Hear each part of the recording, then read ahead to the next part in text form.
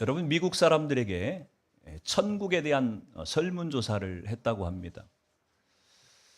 당신은 천국이 있다는 것을 믿습니까? 이렇게 설문을 조사를 했는데 67%의 사람들이 천국은 존재한다, 실제한다고 믿는다, 이렇게 대답을 했다고 합니다. 대단한 거죠. 한 나라의 국민이 67%가 천국의 실제에 대해서 믿었다고 하는 것은 대단한 통계 수치죠.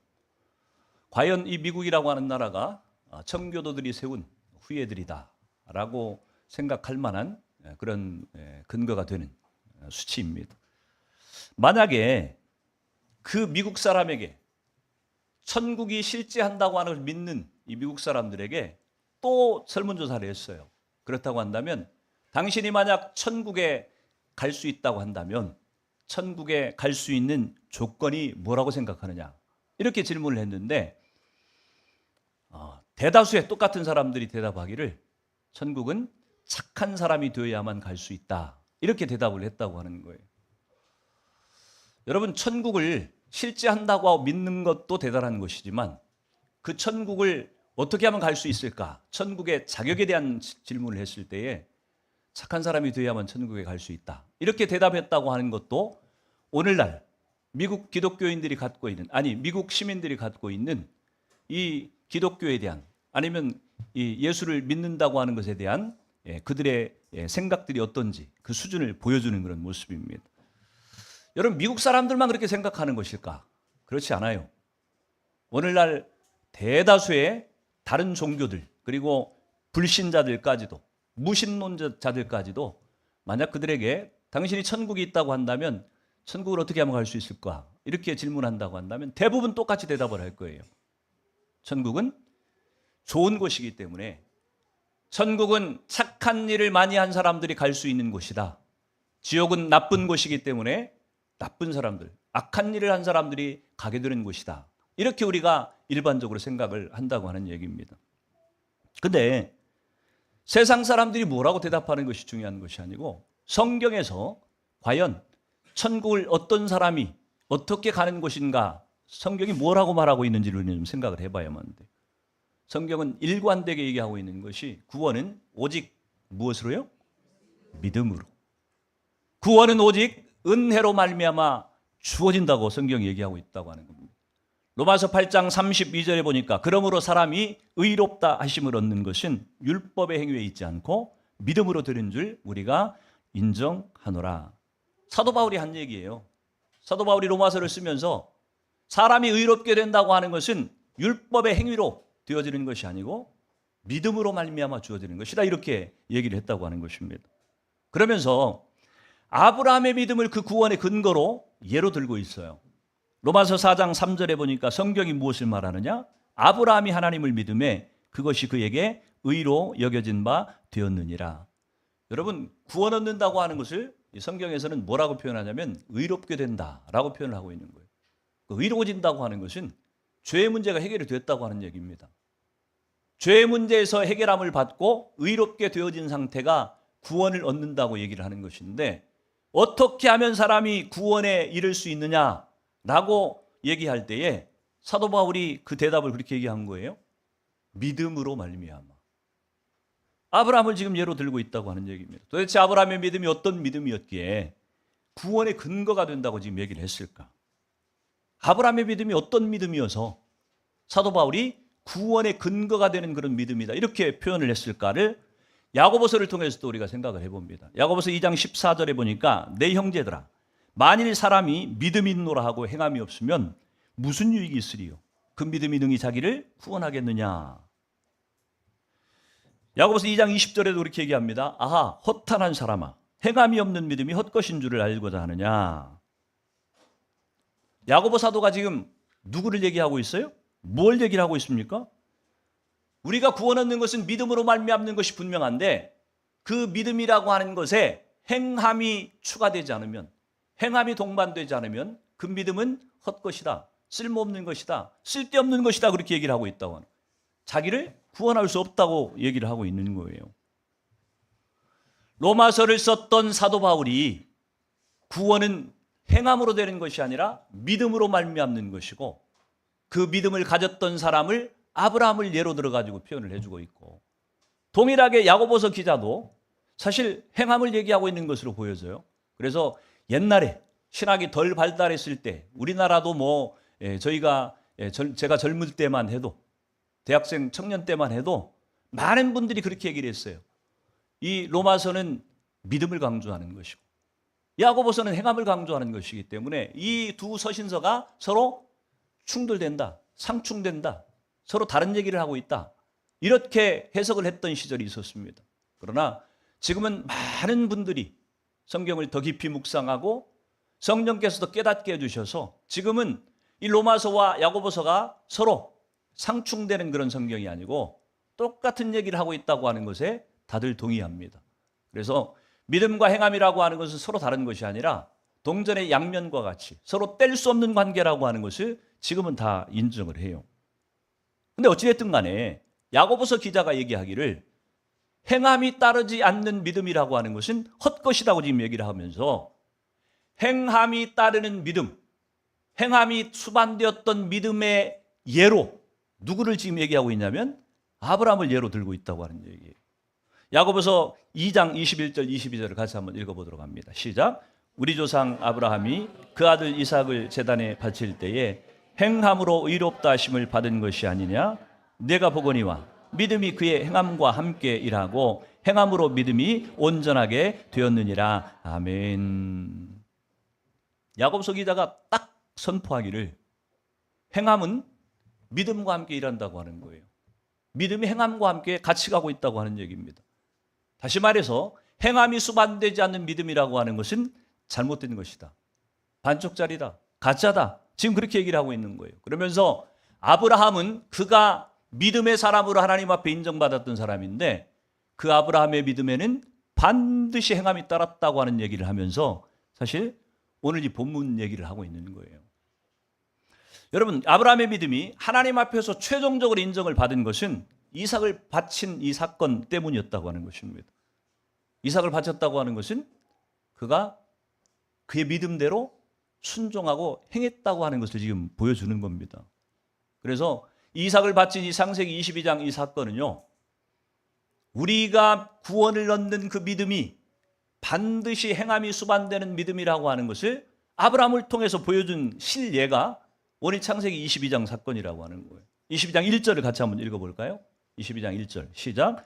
그 일 후에 하나님이 아브라함을 시험하시려고 그를 부르시되 아브라함아 하시니 그가 이르되 내가 여기 있나이다. 아멘.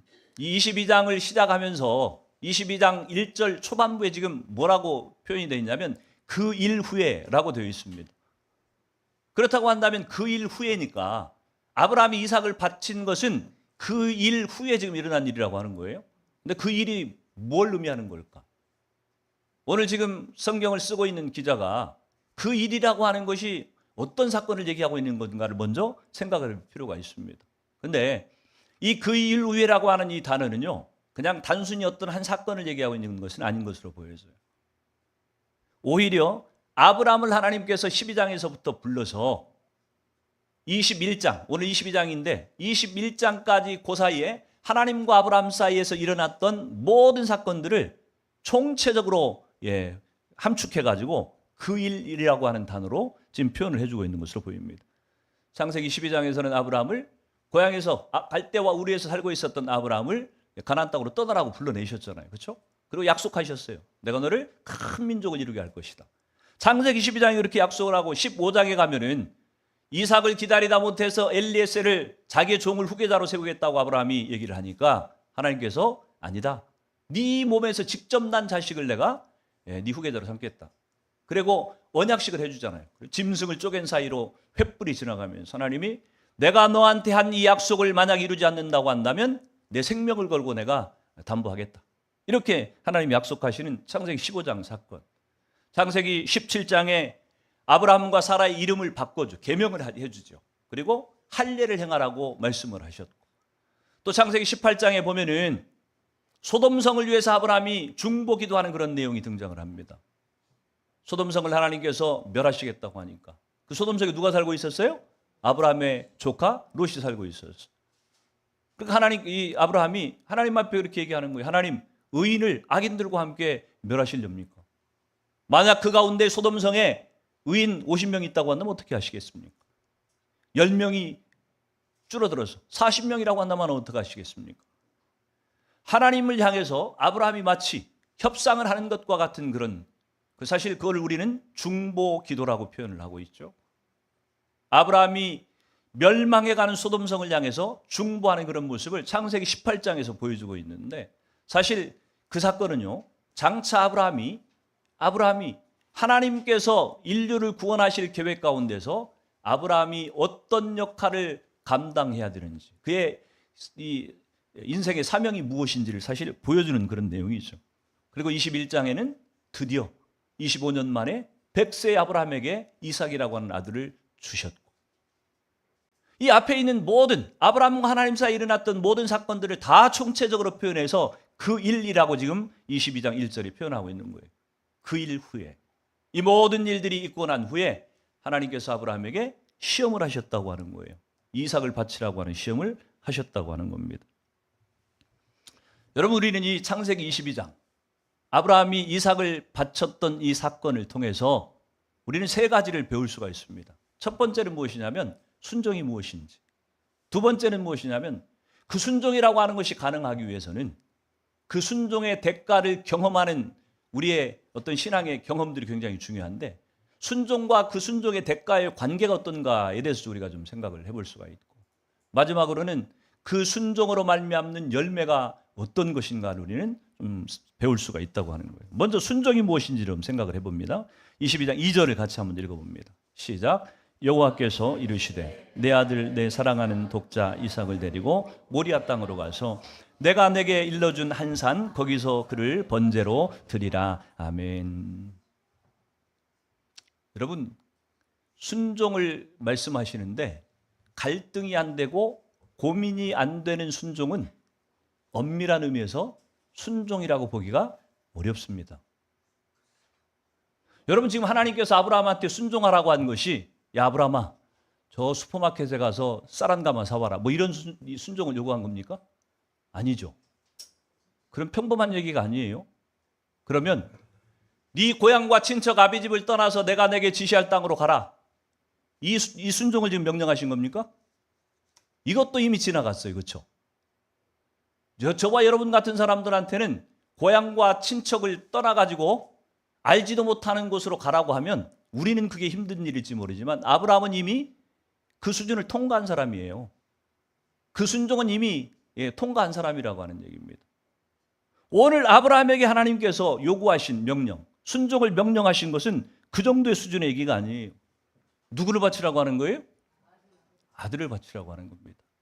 근데 그냥 아들이라고 얘기하지 않고 2절의 표현이 그렇게 되어 있습니다. 이르시되 네 아들 네 사랑하는 독자 이삭을 데리고 가서 나한테 바쳐라. 그렇게 지금 얘기를 하고 있는 거예요. 여러분, 아브라함에게 이삭이라고 하는 이 아들은 보통 아들이 아니죠. 그냥 평범한 아들이 아니에요. 우리 가운데 100살 먹은 사람이 아무도 없는데 100살의 아들을 얻었다고 한다면은 그 아들이 좀 귀한 아들이겠습니까? 그것도 뭐 둘, 셋 있는 아들이 아니에요. 딱 하나밖에 없는 독자예요. 그러니 아브라함에게 이 이삭이 얼마나 귀한 아들이었겠습니까? 근데 그 이삭을 바치라는 거예요. 아들이 둘만 된다고 한다면 100번 양보해가지고 하나님 한 아들 바치죠. 이게 가능할지 몰라요. 저번에 누구하고 얘기하다 보니까 자식 가운데 양자로 누구를 하나를 보냈는데 그 자식이 굉장히 상처가 커가지고 지금도 힘들어한다는 얘기를 제가 들으면서 왜 옛날 사람들은 왜 그런 이상한 짓들을 했는지 이해가 가지 않지 않습니까? 아니, 대가 끊긴다고 뭐 형님 동생의 자식을 하나 데려다가 놓으면 자기 씨예요? 말도 안 되는 소리잖아요. 눈 가리고 아웅하는 거잖아요. 자기 피가 섞이지 않았는데 조카를 데려다 놓고서 우리 대를 잇는답시고 대를 이었다고 이렇게 조상님에게 부끄럽지 않을 일을 했다고 이렇게 생각하는, 참 사람들이 참 어리석다는 생각이 듭니다. 그 자녀가 얼마나 배신감이 컸겠어요. 자식이 여럿 있는데 그 중에서 나만 다른 집에다 갖다 줬어. 다른 집 자식이 되어가지고 살라고. 얼마나 이 자녀에게 큰 상처겠습니까, 이게. 어른이 됐는데도 그 상처에서 헤어나지를 못한다고 하는 얘기를 제가 들었어요. 자식이 여럿 있다고 한다면 혹시 100번 양보해서 하나님 바치라고 하면 그럴 수도 있겠다 싶은데 하나밖에 없어. 독자예요. 근데 그 자식을 지금 바치라고 하는 것입니다. 여러분, 아브라함의 입장에서 볼 때는 하나님이 하신 이 명령을 얼마든지 불순종할 수 있는 이유가 차고도 넘쳐요. 그렇지 않습니까? 하나님이 이삭을 뭐 하려고 주셨어요? 큰 민족을, 장차 네 민족을, 네 후손을 통해서 큰 민족을 이루게 하시겠다고 약속하신 첫 번째 씨앗이 이삭이에요. 그러면 그 첫 번째 싹이 되는 이삭을 바치라고 하나님 말씀하신다고 한다면 아브라함이 분명히 따질 수도 있었을 거예요. 언제 내가 큰 민족을 이루겠다고 한 적이 있습니까? 하나님이 큰 민족을 이루겠다고 하셨지. 내가 언제 자식 달라고 한 적이 있습니까? 하나님이 준다고 해서 내가 생긴 자식이지. 근데 왜 그 자식을 죽이라고 하는 겁니까? 왜 그 자식을 죽여서 바치라고 하는 겁니까? 얼마든지 이유를 댈 만도 하는 그런 순간이라고 하는 것입니다. 근데 바치는 것도 그냥 바치라고 하는 것이 아니에요. 번제로 드리라고 하는 거예요. 동물들처럼 멱을 따고 가죽을 벗기고 각을 떠가지고 그렇게 태워서 번제로 드리라고 하는 것입니다. 여러분, 윤리적으로 도덕적으로 이게 말이 되는 요구입니까? 성경 어디에도요, 이 아브라함에게 이삭을 바치라고 하는 사건 외에는요, 사람을 제물로 하나님이 바치라고 했거나 받은 적이 있어요, 없어요? 없어요, 단 한 번도. 그건 이방신들이라 하는 이상한 짓거리지, 가장 윤리적이고 가장 도덕적이고 최고의 신인 하나님이 이런 이상한 짓을 하실 분이 절대 아니라고 하는 얘기입니다. 그러면 아브라함이 충분히 하나님을 향해서 그렇게 따질 수도 있었다고 하는 얘기예요. 하나님, 왜 이렇게 이상한 일을 합니까? 누가 봐도 이상한 짓을 왜 하나님, 불합리하고 부당한 이런 요구를 왜 하나님 하시는 겁니까? 만약 우리가 아브라함이었다고 한다면 우리는 100번이고 1000번이고 그렇게 하나님 앞에 얘기했을 거예요. 하나님, 좀 하나님답게 좀 말이 되는 얘기를 좀 하십시오. 그리고 어쩌면 우리는 하나님을 향해서 하나님을 설득하려고 하거나 하나님을 훈계하려고 들었을지도 모른다고 하는 거죠. 그런데 아브라함은요, 일체 그런 반응을 보이지 않아요. 우리 3절 4절을 같이 한번 읽어봅니다. 시작. 아브라함이 아침에 일찍 일어나 나귀의 안장을 지우고 두 종과 그의 아들 이삭을 데리고 번제 쓸 나무를 쪼개어 가지고 떠나 하나님이 자기에게 일러준 곳으로 가더니 제3일에 아브라함이 눈을 들어 그것을 멀리 바라본지라. 아멘. 독자 이삭을 하나님 앞에 제물로 드리라는 명령을 듣고 아브라함이 그 전날 듣고 나서 그 다음날 아침에 일찌감치 지금 일어났다고 얘기를 하고 있어요. 일찍 일어났다고 얘기해요. 일찍이 일어났는지 아니면 뜬 눈으로 밤을 새웠는지는 몰라요. 성경이 얘기하고 있지 않으니까. 둘 다 가능성이 있어요. 아브라함이 잠을 못 잤을 수도 있어요. 여러분 생각하기에는 어느 쪽인 것 같아요? 예? 못 잤을 것 같아요? 예. 저는 푹 잤을 것 같은데. 여러분 믿음대로 생각하시면 됩니다. 어찌됐든 간에 일찍 일어나가지고 지금 번제를 드릴 것들을 준비해가지고 불과 칼을 준비하고 종들에게 땔감을 메우게 하고 그리고 지금 출발했어요. 며칠 길을 갔습니까? 사흘 길을 갔다고 얘기해요. 3일 길을 걸어간 겁니다. 가면서 아브라함이 분명히 그런 생각이 들었을 거예요. 내가 지금 제대로 된 선택을 한 것일까? 혹시 내가 하나님의 음성을 잘못 듣지는 않았을까? 혹시 하나님이 잘못 판단하시고 이 명령을 나한테 말씀하신 건 아닐까? 아브라함이 충분히 그런 생각을 할 수도 있는데 여러분 성경 어디에 봐도요, 하나님께서 이삭을 바치라고 하는 이 명령을 듣고 아브라함이 토를 단 얘기가 한마디도 없어요. 있습니까? 왜 그러십니까? 저렇게 하면 안 되겠습니까? 뭐 이렇게 하면 또 안 되겠습니까? 뭐 이렇게 토를 단 적이 단 한 번도 없어요. 그냥 시키는 대로 하고 있어요. 지금 드리라니까 일찍 일어나가지고 3일 길을 걸어가서 지금 이삭을 하나님께 드리려고 했다고 하는 얘기입니다. 여러분 우리는요, 하나님이 뭘 좀 하라고 하시면은 조금만 내가 하고자 하는 방향하고 맞지 않으면 우리는 일단 말부터 많아지죠. 그렇죠? 기도하면서도 말부터 많아져요. 하나님, 이거 꼭 제가 해야 돼요? 이 방법 아니면 안 되겠습니까? 왜 꼭 내가 해야 돼요? 다른 사람 시키면 안 돼요? 우리는 하나님이 뭘 말씀하시면은 얼마나 말이 많은지 몰라. 토를 많이 달아요, 토를. 오늘 저와 여러분이 하나님께 주시는 이 신앙의 삶에서 축복을 누리지 못하는 이유가 있다고 한다면요, 아브라함 같은 이런 절대적인 믿음의 순종이 우리 가운데 없기 때문이라고 하는 것을 돌아봐야 돼요. 하나님이 말씀하시면 묻지도 말고 따지지도 말고 투덜거리지도 말고 불평하지도 말고 일단 한번 순종해 보세요. 이걸 좀 훈련해 볼 필요가 있어요. 토달지 말고. 근데 중요한 것은 뭐냐면은 사람이 바보가 아닌 이상 하나님이 명령하시는 것이 좀 합당하고 말이 되는 그런 순종을 하라고 하면은 이해가 되겠는데, 오늘 이 아브라함처럼 사람을, 그것도 하나님 당신이 약속하신 이삭을 제물로 바치라고 하는 말도 안 되는 요구를 할 때에 어떻게 사람이 생각을 안 하고 무작정 순종하겠냔 말이에요. 근데 참 감사한 것은요, 하나님은 성경 전체를 통틀어 가지고, 아니 인류 역사가 시작된 이래로 이렇게 무모하고 말도 안 되는 비인격적인 것 같은 이런 명령을 요구한 사람은 딱 한 사람밖에 없어요. 이 아브라함밖에는.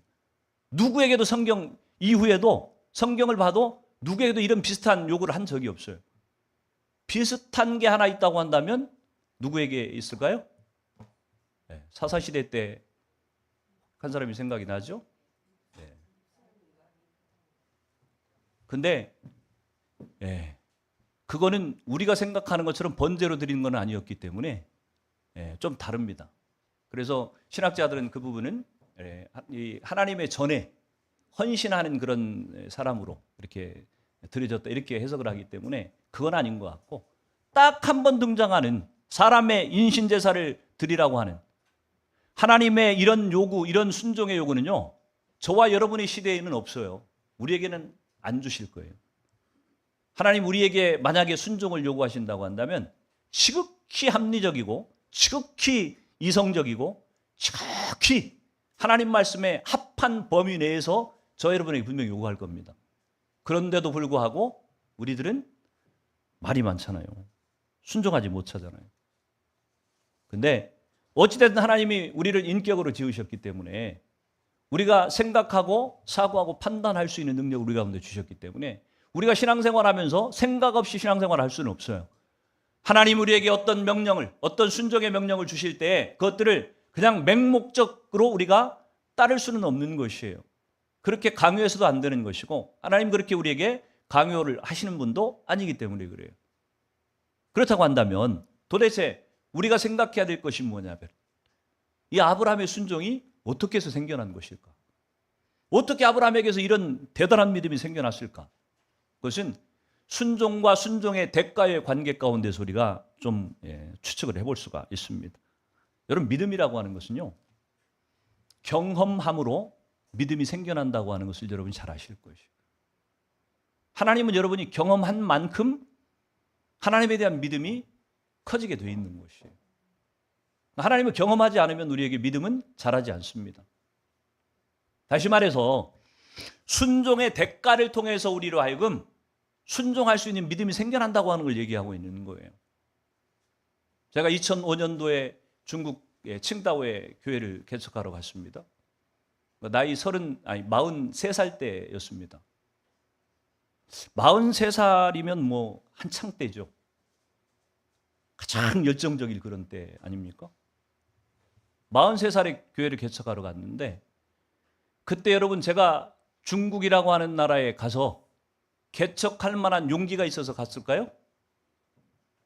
아마 하나님이 저한테 개척을 중국에다 하라고 했으면은 제가 겁이 나서 안 갈 줄로 알고, 하나님이 저한테, 제 생각에서 볼 때는 그래요, 저한테 미끼 같은 걸 던지셨어요. 그게 뭐냐면 누구로 하여금 저한테 공동 개척을 하자고 하는 그런 제안을 주셨어요. 여러분이 잘 아시는 박주환 목사님을 통해서. 그분은 당시에 청도에 선교사로 있었던 분이고, 청도에서 이미 교회를 잘 섬기고 있다가 이렇게 개척하려고 하는 그런 타이밍이었고, 그래서 저는 그렇게 큰 부담이 안 됐습니다. 왜냐하면 이미 청도 땅에서 이미 교회를 하고 계셨던 분이고, 그래서 그분하고 같이 공동 개척해가지고 공동 목회를 한번 해보는 것이 참 좋겠다 하는 그런 생각이 들어서 그렇게 크게 어려운 것 없이 결정을 했습니다. 근데 막상 갔더니 하나님께서 다른 길을 예비하신 거예요. 그 박주환 목사님이 그 청도 지역사회에서 박주환 목사가 저하고 교회를 개척한다고 하니까 원래 전에 섬기던 교회가 있었거든요. 그러니까 그 교회 성도들이 막 난리가 난 거예요. 박 목사님이 교회를 저렇게 청도에다 개척을 하면은 사람들이 다 거기로 따라가려고 벌써 절반이 준비하고 있다. 막 이런 소문이 나가지고 덕이 안 되는 거예요. 그래서 박주환 목사님이 아무래도 자기하고 같이 공동 개척하는 것은 하나님의 뜻이 아닌 것 같으니까 송 목사님 혼자 개척하세요. 저는 그냥 섬기할랍니다. 이렇게. 저는 완전히 박 목사님하고 같이 할 거라고 든든하다고 생각을 하고 있었는데 갑자기 혼자 개척을 하는 상황이 돼버린 거예요. 만약에 그때 저 혼자 그냥 단독으로 가서 교회를 개척하라고 했으면은 중국까지는 못 갔을 것 같아요. 제 믿음이. 아마 한국에서 어떻게 해볼까? 이 생각을 했을지 모르겠는데. 그리고 나서 한 18년의 세월이 흘러가지고 바로 그 교회를 제가 개척했어요. 그렇죠? 그때 33살 때 교회를 개척할 때하고 나이 60이 돼서 개척할 때하고 어느 때가 더 힘들었을 것 같습니까? 저한테. 교회 개척하기가.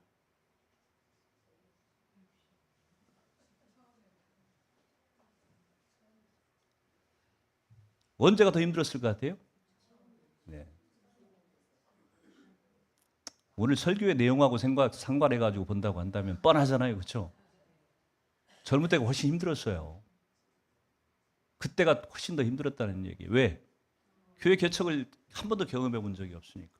근데 청도에서 교회를 한번 개척해가지고서 교회를 섬겨보고 나니까 60이 됐지만 남들은 아이고 두려워서 어떻게 그 나이에 교회를 개척합니까? 이렇게 얘기를 하는데 저한테는 그런 두려움이 없었다는 얘기예요. 왜?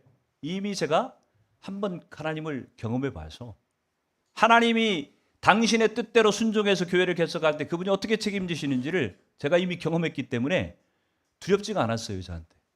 저한테 두려운 건 뭐였냐면 과연 하나님의 뜻이 맞는가에 대한 부분이에요. 내가 하나님의 음성을 제대로 들었는가에 대한 부분이었지 교회를 개척하는 것 자체에 대한 두려움은 저한테 없습니다. 왜? 믿음이 그만큼 성장한 거예요. 제가 하나님을 경험함으로써 그 과정 가운데서 교회를 개척하는 과정 가운데서 하나님이 어떻게 기적과 같이 일들을 이루시는지 이미 내가 18년 전에 경험을 했기 때문에 18년 후에 두 번째 교회를 개척할 때는 그런 두려움이 없었다는 얘기예요. 여러분 제가 교회를 여러분과 같이 개척을 하면서 제가 막 두려워가지고 벌벌 떨거나 막 어떻게 해야 될지 막 이런 적 본 적 있습니까? 없을 거예요 아마. 이 예배당을 준비하는 모든 과정 가운데도 하나님이 우리의 기도대로 그대로 응답을 하셨고 다 채우셨잖아요. 보면 어제 바자회를 하는데 저의 목회 인생을 같이 늘 이렇게 경험해 왔던 박전 목사님 사모님, 지민호 목사님 사모님 오셔가지고서 우리 바자회 하는 모습을 보면서 너무너무 부러워해요. 그분들이 제일 부러워하는 게 뭔지 아십니까? 바로 그 교회에 저런 집사님들 분 같은 한 가정만 우리 교회에 있어도 소원이었겠다. 우리 전체가 아니고 이렇게 한 가정만 저런 가정 한 가정만 우리 교회에 있어도 좋겠다는 거예요. 그만큼 부러워하신. 하나님을 경험하고 나면요, 우리는 하나님에 대한 믿음이 생겨나게 되어 있어요. 하나님이 이렇게 일하시는구나. 하나님 그분은 당신이 약속하신 것들을 이렇게 신실하게 이루시는구나. 이것들에 대한 경험치가 우리 가운데 생겨나서 그것이 믿음이 성장하는데 중요한 부분이라고 하는 것입니다. 그래서 하나님을 머리로 하는 거하고 지식, 경험해서 하는 거하고는요, 천지 차이예요. 하나님은 그런 분일 것이다. 위대하시고 전능하신 분일 것이다. 머리로 알고 있는 거하고 내가 내 삶 가운데, 신앙 가운데서 경험되어진, 하나님이 그렇게 실제로 전능하신 분임을 나한테 경험케 해주신 것, 그래서 생겨난 믿음하고는요, 하늘과 땅 차이라고 하는 얘기입니다. 그러니까 이미 하나님은 몇 년의 시간을 통해서 창세기 12장부터 시작해서 21장까지 지금 아브라함이 100세의 아들을 이삭을 얻었으니까 이삭이 지금 나이가 10대였을 것이라고 추측을 합니다. 그러면은 적어도 35년의 세월이 흘렀어요. 35년 동안 아브라함이 하나님을 생생하게 경험을 했어요. 그래서 그 아브라함의 믿음으로는요, 지금 이삭을 바치라고 하는 하나님의 이 요구가 순종하기가 그렇게 크게 갈등이 되거나 어려운 문제가 아니었다고 하는 얘기예요. 아브라함이 말수가 적은 사람이어서 군말 안 하고 그냥 따라간 게 아니고 입이 무거운 사람이어가지고 속에는 막 부글부글 끓고 있는데 막 의심이 막 넘쳐가지고 막 두려워 벌벌 떨면서 겉으로는 아닌 척 그런 것이 아니고 아브라함에게 경험되어진 그 하나님, 그 하나님에 대한 신뢰가 아브라함에게 있었기 때문에 아브라함이 염려할 필요가 없었다고 하는 겁니다. 그래서 지금 그렇게 얘기하는 거예요. 너희는 나귀와 함께 여기서 기다리라. 내가 아이와 함께 저기 가서 예배하고 우리가 너희에게로 돌아오리라. 여러분, 아들을 지금 죽여가지고 제물로 드리겠다고 지금 출발하는 사람이 뭐라고 종들한테 얘기하냐면 너희들 여기서 기다려라. 내가 우리 아이하고 가가지고 하나님께 예배하고 같이 돌아올 것이다. 아이와 함께 돌아올 것이다. 그렇게 얘기를 하고 있어요. 말이 됩니까? 만약 아브라함에게 믿음이 없었다고 한다면 이런 고백이 불가능한 거예요. 근데 아브라함은 지금 뭘 알고 있습니까? 아브라함이 경험한 하나님 어떤 하나님이었어요? 죽은 자를 살리시는. 지금 예수님이 태어나기도 전인데 부활이라고 하는 단어가 있지도 않을 때인데 아브라함은 이미 부활의 믿음을 갖고 있는 것이에요. 아브라함 자신이 경험했던 하나님, 그분은 사람을 죽이지도 않겠지만 설사 자기 아들 이삭을 죽이신다고 해도 다시 살리실 수 있는 하나님이라고 하는 것을 아브라함은 믿고 있는 것이에요. 죽은 나사로를 살리셨던 예수님의 능력을 경험했던 사람들이 그런 믿음이 생겨나는 것처럼 아브라함에게 이미 그 믿음이 좀 생겨났다고 하는 얘기입니다. 그래서 아브라함은 걱정을 안 하는 거예요. 지금 두려워하지 않는 것입니다. 하나님의 약속이 혹시 무산될까?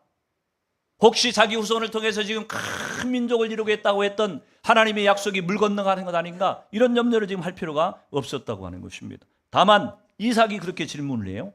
창세기 22장 7절 하반절부터 8절을 같이 읽습니다. 시작. 이삭이 이르되 불과 나무는 있거니와 번제할 어린 양은 어디 있나이까? 예. 우리 원령 간사가 목사님이 써준 게 뭔 건지를 잘 이해를 못한 것 같아요. 그렇죠? 7B라고 하는 얘기는 7절 하반절, 그 밑에다가 시작을 써놨잖아요. 네, 그렇죠? 네. 이삭이 이르되 불가나무는 있거니와 번제할 어린 양은 어디 있나이까? 아브라함이 이르되 내 아들아 번제할 어린 양은 하나님이 자기를 위하여 친히 준비하시리라. 아브라함 지금 믿고 있다니까요. 자기 아들을 지금 제물로 드리러 가면서 이삭이 지금 묻는 거예요. 아버지, 나무도 있고 불도 있고 칼도 있고 다 준비되어 있는데 하나님께 번제로 드릴 양은 어디가 있습니까? 제물은 어디에 있습니까? 아브라함의 대답이 지금 뭐예요? 하나님이 자기를 위하여 친히 준비하시리라. 여러분, 이 아브라함 가운데는 하나님에 대한 신실한 믿음이 지금 딱 있는 거예요. 결론적으로 지금 무슨 얘기를 하고자 하는 거냐면은 순종을 했더니 우리 가운데 믿음이 생겨나는 것이고요. 우리에게 믿음이 생겨나면요, 그 믿음을 연료로 사용해서 다시 우리에게 순종할 수 있는 그런 힘이 생겨난다고 하는 거예요. 순종과 믿음이라고 하는 것은 불가분의 관계예요. 뗄래야 뗄 수 없는 관계예요. 순종 없는 믿음도 있을 수 없고요. 믿음 없는 순종도 있을 수 없어요. 순종은 믿음과 반드시 함께 가는 것이에요. 그래서 순종할 때 믿음이 생겨나고 믿음을 가졌더니 또 순종할 수 있게 하고, 그래서 믿음과 순종이라고 하는 것에 선순환이 지금 이루어지고 있다고 하는 것을 이 사건이 지금 보여주고 있는 것입니다. 그래서 야고보 기자가 야고보서 2장 26절에 그렇게 기록을 하고 있죠. 같이 읽습니다. 시작. 영혼 없는 몸이 죽은 것 같이 행함이 없는 믿음은 죽은 것이니라. 아멘. 영혼 없는 몸이 죽은 것 같이 행함이 없는 믿음은 죽은 것이래요. 저는 저와 여러분 가운데 행함이 따르는 그런 믿음이 생겨나기를 주의 이름으로 축원합니다. 그래서 마지막으로 우리가 이렇게 믿음으로 드린 순종, 그 순종의 열매가 무엇인가를 오늘 성경이 그렇게 기록을 하고 있습니다. 창세기 22장 12절 하반절 같이 한번 읽어봅니다. 시작. 내가 내 아들 내 독자까지도 내게 아끼지 아니하였으니 내가 이제야 내가 하나님을 경외하는 줄을 아노라. 22장 16절 17절도 그렇게 얘기를 합니다. 이르시되 여호와께서 이르시기를 내가 나를 가리켜 맹세하노니 내가 이같이 행하여 내 아들 내 독자도 아끼지 아니하였은즉 내가 내게 큰 복을 주고 내 씨가 크게 번성하여 하늘의 별과 같고 바닷가의 모래와 같게 하리니 내 씨가 그 대적의 성문을 차지하리라. 아멘. 여러분 창세기 12장으로부터 시작한 아브라함을 향한 하나님의 시험의 과정들이요, 마지막 테스트가 어떤 것이냐면 이 이삭을 바치는 사건이었습니다. 아브라함에게 시험은 더 이상 없어요. 성경 아무리 여러분이 들여다봐도 이삭을 하나님께서 또 다른 시험을 하셨다고 하는 얘기가 없습니다. 아브라함의 이 시험의 최종판이에요. 이게 보니까 아브라함을 하나님은 더 이상 시험할 필요가 없어졌다고 하는 거예요. 왜 그래요? 아브라함에게 있어서 가장 소중했던, 아브라함에게 만약에 네 생명을 바꾸고라도 놓지 않고 싶은 것이 무엇이냐 그렇게 묻는다고 한다면 이 독자 이삭이었는데, 이 이삭을 하나님 앞에 번제물 드리라고 하는 이 명령을 즉각적으로 온전하게 순종하는 이 아브라함을 보면서 하나님이 됐다. 하나님이 지금 그렇게 얘기하는 거예요. 네가 나를 사랑한다고 하는 것을 내가 비로소 알았다. 그 이전까지 아브라함이 그러면 하나님의 사랑은 안 했겠습니까? 사랑했겠죠. 근데 자기 목숨과도 같은 아들과도 맞바꿀 만큼 하나님을 소중하게 여긴다고 하는 것을 하나님이 확인하셨다고 얘기를 해요. 그래서 아브라함의 시험은 여기서 끝이라니까요. 여러분 신앙생활 하시면서 특별히 여러분 요즘의 삶을 이렇게 보면서 내 삶에는 왜 이렇게 시험이 많을까? 혹시 그렇게 생각되는 분 계십니까? 왜 하나님이 내 삶에는 이렇게 자꾸 시험거리를 주실까? 이런 생각 안 드시죠, 여러분은? 시험이 없죠? 네. 분명히 있을 거예요. 크고 작은 많은 시험들이 있을 겁니다. 근데 시험이 많다고 생각될 때 우리는 이 아브라함을 깊이 묵상해 볼 필요가 있어요. 왜 내 삶에 시험이 많은 걸까? 왜 내 삶에 시험이 많은 걸까를 가만히 살펴보면요, 하나님은요 저와 여러분을 사랑하시는 분이에요. 아브라함만 사랑한 것이 아니고 저와 여러분을 동일하게 사랑하시는 분이에요. 아브라함 믿음만 키우기를 원하시는 것이 아니고 저와 여러분의 믿음을 키우기를 원하시는 분이세요. 그래서 아브라함을 시험하셨던 것처럼 우리도 시험하는 겁니다. 근데 아브라함의 시험이 끝쳤다고 하는 것은, 그래서 더 이상 내가 너를 시험할 필요가 없다, 이렇게 말씀하셨다고 하는 것은 아브라함이 가장 소중하게 여겼던 그것을 하나님 앞에 내어드리는 순종을 했을 때 하나님이 그렇게 지금 말씀하시는 거예요.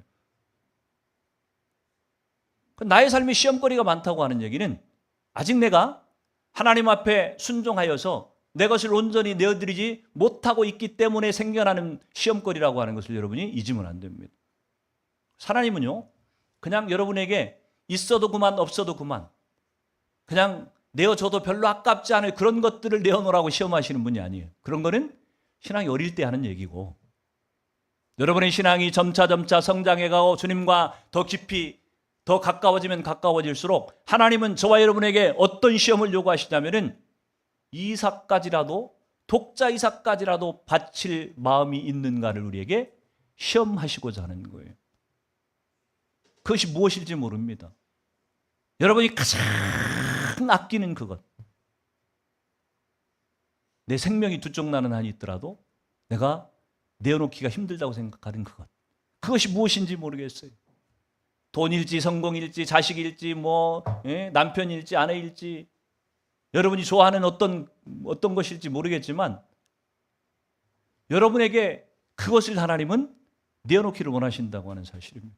근데 아까도 얘기했던 것처럼 감사한 것이 절대로 우리에게 아들을 내어놓으라고 얘기하시지는 않는다고 하는 거예요. 아브라함에게 했던 이 시험을 우리한테 하시지는 않을 거예요. 왜? 아브라함에게 이 시험을 했던 것은 대단한 의미를 지닌 겁니다. 아브라함이 이삭을 바쳤던 이 사건은요, 나중에 결과적으로 어떤 사건을 지금 상징적으로 보여주고 있냐면은 예수 그리스도, 독생자 예수 그리스도를 하나님께서 우리 죄인된 우리를 위해서 십자가에 죽이셨던, 바치셨던 그 사건을 지금 상징적으로 보여주는 거예요. 아브라함이 이삭을 바친 건 그냥 아들 하나 바친 의미가 아니라니까요. 하나님에게 있어서도 아들 예수 그리스도는 독생자셨고 절대로 포기할 수 없는 분이셨어요. 그런데 그 아들을 십자가 위에서 우리를 위해서 내어주실 것, 이것을 아브라함의 순종을 통해서 우리에게 미리 지금 맛보기로 보여준 거예요. 그래서 여러분, 이 아브라함의 이 이삭을 바치는 순종의 열매로 하나님께서 주시는 것을 보면요, 이 17절 하반부에 보면 그렇습니다. 내게 뭐 큰 복을 주고 내 씨가 크게 번성하고 하늘의 별과 같고 바닷가의 모래꽃, 이거는 뭐 이미 수없이 했던 약속이에요. 마지막으로 뭐라고 얘기하냐면 네 씨가 그 대적의 성문을 차지하리로다. 예수님께서 십자가의 죽으심을 통해서 사망 권세를 깨트리고 사단의 권세를 완전히 박살낸 사건을 지금 얘기하고 있는 거예요. 네 씨가, 네가 순종했던 이 믿음의 씨앗 이삭으로 말미암아 그의 후손으로 오실 메시아 예수 그리스도, 그분이 십자가를 통해서 대적의 성문을 차지할 것이라고 지금 예언하고 계시다고 하는 얘기입니다. 그래서 우리는 성경에서 이 아브라함을 믿음의 조상이라고 부르는 것이에요. 오늘 설교의 제목이 믿음의 레전드, 전설이라고 하는 표현을 썼죠. 여러분, 누구나 큰 믿음을 갖기 원해요. 그렇죠? 아브라함처럼 복을 받기도 원합니다. 근데 우리는 기억해야만 돼요. 아브라함의 믿음이라고 하는 것이 어느 날 하늘에서 갑자기 뚝 떨어진 것이 아니고, 아브라함의 믿음이 아브라함 자신이 특별한 인성을 갖고 특별한 기질을 가진 특별한 인간이어서 우리와는 다른, 나와는 다른 세상의 사람이어서 아브라함에게 이 믿음이 생겨난 것이 아니라고 하는 거예요. 아브라함은 저와 여러분과 똑같은 사람이었어요. 똑같은 사람이었어요.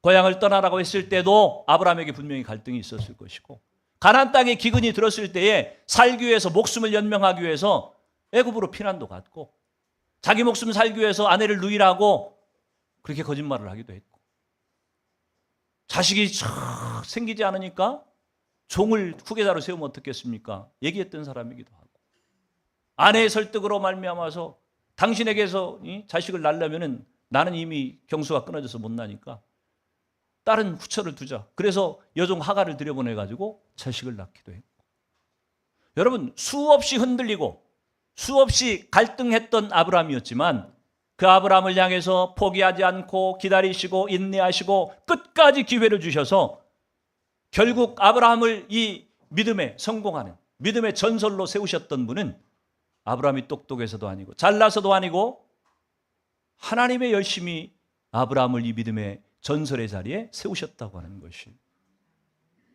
여러분, 그 하나님은요, 아브라함의 믿음에 개입하셨던 그 하나님은 오늘날 저와 여러분의 신앙 가운데도 똑같이 개입하고 계신 분이고, 우리에게 똑같이 그런 훈련 가운데서 우리를 성장시키기를 기대하시는 분이라고 하는 사실이에요.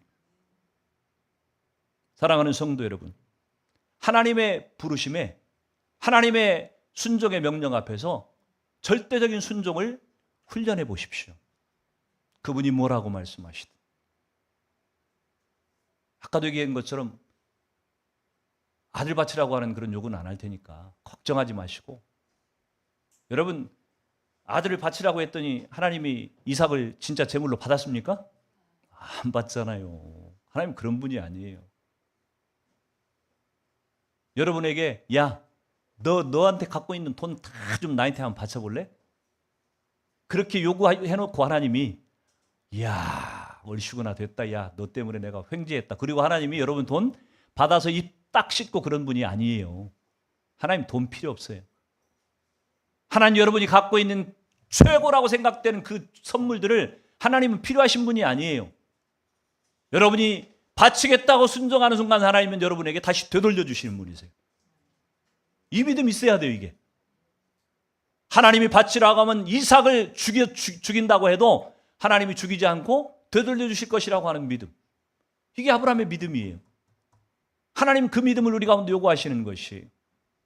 그래서 하나님이 뭐라고 말씀하시든지 절대적인 순종을 보이는 훈련을 해가다 보면 저와 여러분도 머지않아서 우리의 믿음이 점점 자라서 하나님께서 요구하시는 믿음의 전설 같은 그런 자리에 서게 될 날이 오게 될 것이에요. 그래서 소망을 가지시고 하나님의 일하심을 신뢰하고 여러분의 믿음이 하루아침에 성장할 수는 없겠지만 하나님이 우리에게 말씀하실 때마다 순종함으로 말미암아서 한 걸음 한 걸음 여러분의 믿음이 믿음의 전설의 자리로 가까이 다가가는 그런 축복이 여러분의 신앙 가운데 나타나기를 주의 이름으로 축원을 드립니다.